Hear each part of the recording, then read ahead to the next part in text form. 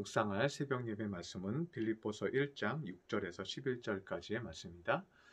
신약 성경 318쪽입니다. 너희 안에서 착한 일을 시작하신 이가 그리스도 예수의 날까지 이루실 줄을 우리가 확신하노라.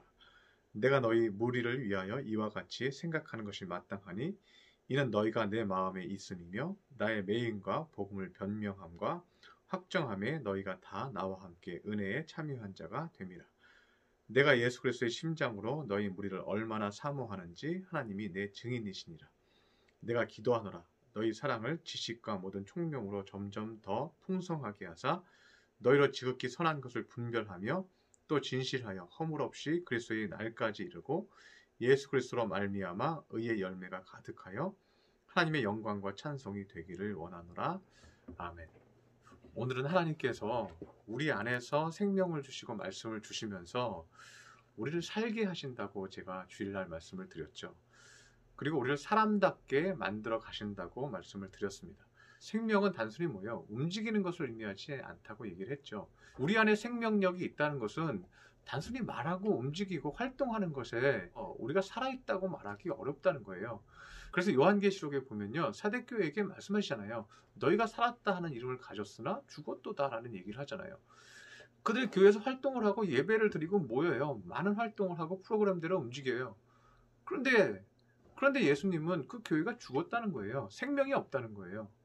생명은 무엇입니까? 생명은 우리 안에 하나님의 말씀이 있을 때 생명인 거예요. 하나님의 메시지가 나를 통치하고 움직일 때 그 사람이 살아있는 거예요. 하나님이 우리 안에서 주시는 생명의 말씀대로 그 메시지대로 사는 것, 그것이 생명력 있는 것입니다. 그러면 하나님의 말씀이 우리 안에서 무슨 일을 하시는가? 오늘 본문 6절에 보면 너희 안에서 착한 일을 시작하신 이가 그리스도 예수의 날까지 이루실 줄을 우리는 확신하노라. 우리 안에서 하나님께서 착한 일을 하신다는 거예요. 하나님 우리 안에서 생명의 말씀을 주셔서요, 우리를 착한 일로 통치해 주신다는 거예요. 또 하나는 9절에 보면 너희 사랑을 지식과 총명으로 점점 더 풍성하게 하신다고 말하고 있습니다. 사랑으로 우리 안에서 통치하시는데 지식과 총명으로 더욱 풍성하게 한다고 얘기합니다. 영어 성경에서는 in depth of insight 이렇게 되어 있습니다. insight는 통찰을 의미한다고 얘기했죠. 그리고 depth는요, 깊음, 심오함 이런 뜻입니다. 하나님께서 우리 안에서 사랑으로 통치하실 때 거기에 뭐가 있냐면요, 우리를 심오한 은혜로 통치해 주십니다. 그리고 우리를 깊이 통찰하셔서 우리의 심령을 통해서 생각지도 못한 일들을 하나님께서 이루어 가신다는 거예요. 그래서 하나님의 사랑 안에는요, 깊은 은혜와 통찰과 심오함이 있는 것입니다. 그래서 누군가를 사랑할 때 그냥 사랑하는 것이 아니에요. 그 마음을 간파하고 그 심오한 은혜 가운데 그 마음의 깊은 통찰력을 가지고 상대의 눈물을 알고 상대의 아픔을 알고 어려움을 알게 하시는 거예요. 그런데 그렇게 하려면 진실성이 중요한 거죠. 오늘 보면 10절에 보면 너희로 지극히 선한 것을 분별하며 또 진실하여 허물 없이 그리스도의 날까지 이르고 이렇게 얘기하고 있습니다. 지극히 선한 것을 분별하고, 이것은 우리가 하나님께 진실하면 하나님께서 우리에게 분별할 수 있는 능력을 주신다는 거예요. 발견하고 인식할 수 있는 능력을 주신다는 거예요. 우리가 누군가에게 진실한 사랑을 가지고 있다 그러면요, 그 사람에 대한 깊은 통찰력이 생기는 거예요. 하나님은 우리에게 진실함을 원하십니다. 우리가 진실할 때 우리는 모든 사람에 대해서 심오한 것들을 알 수 있습니다. 그리고 발견할 수 있습니다. 우리는 누군가를 진심으로 아낄 수 있고 진심으로 사랑할 수 있습니다. 그래서 성도의 진실함은요, 굉장히 소중한 거예요. 에드먼드 클라우니라는 신학자는 이런 얘기를 했습니다. 기도에는 인간들 사이에선 찾아볼 수 없을 만큼 투명성과 정직성이 포함된다고 말했습니다. 부부 사이에서도 다 말하지 못하는 부분이 있고 친구 사이에서도 모든 것을 말할 수 없다. 그래서 주님 앞에 모든 가면을 벗어버리고 그 어떠한 척도 하지 말아야 한다. 슬픈 척도 하지 말고요, 기쁜 척도 하지 말고요, 아는 척도 하지 말고 주님 앞에서는 진실함만 통한다는 거죠. 주님이 우리를 통치하는 순서가 있습니다. 그것은 우리 안에 들어오셔서 우리 마음에 상처받은 것을 주님께서 치료하시고 우리 마음을 거룩하게 기쁨으로 통치해 주십니다. 그리고 두 번째 하시는 일은요, 우리를 선하게 통치해 주십니다. 착한 일을 끝까지 하도록 우리에게 요구하시고 말씀으로 통치해 주십니다. 그리고 세 번째 통치는요, 분별하게 하는 거예요. 발견하게 하고 인식하게 하는 거예요. 그래서 심오한 진리들을 알게 하십니다. 사람에 대한 심오한 뜻을 알게 합니다. 우리에게 분별할 수 있고 통찰할 수 있는 마음을 주셔서 우리가 어떻게 감당해야 할지, 우리가 어떻게 사람을 도와야 할지 그런 통찰력들을 우리에게 주신다는 것입니다.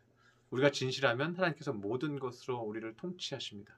우리가 더 깊이 진실로 기도하여서 하나님이 통치가 더 심오한 데까지 이룰 수 있는 귀한 믿음의 성도들 되시기를 축원합니다. 기도하겠습니다. 할렐루야. 사랑과 은총이 충만하신 주님, 주님께서 우리의 마음을 통치해 주십니다.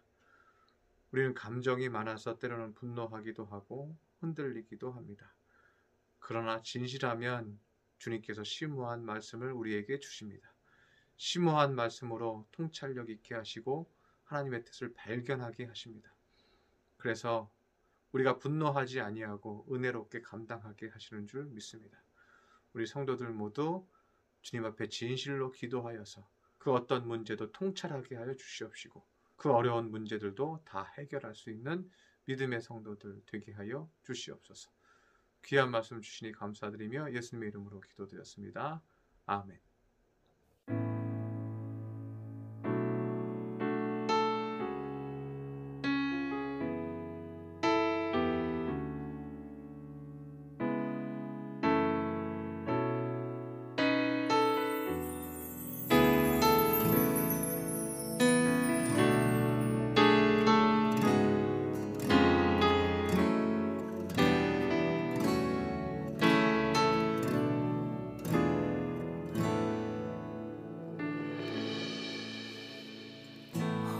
시절 지날 때 깊은 한숨 내쉴 때 그런 풍경 보시며 단식하는 분 있네. 고와 같이 너희를 버려두지 않으리. 내가 너희와 영원히 함께하리라. 성령이 오셨네. 성령이 오셨네. 성령이 오셨네. 내 주에 보내신 성령이 오셨네. 우리 인생 가운데 신이 찾아오셔서 그 나라 꿈꾸게 하시네. 자매님들이 고백하겠습니다. 억눌린 자 갇힌 자 자유함이 없는 자 피난처가 되시는 성령님 계시네. 주의 영이 계신 곳에 참 자유가 있다네. 진리의 영이신 성령이 오셨네. 다 함께 성령이 오셨네. 성령이 오셨네.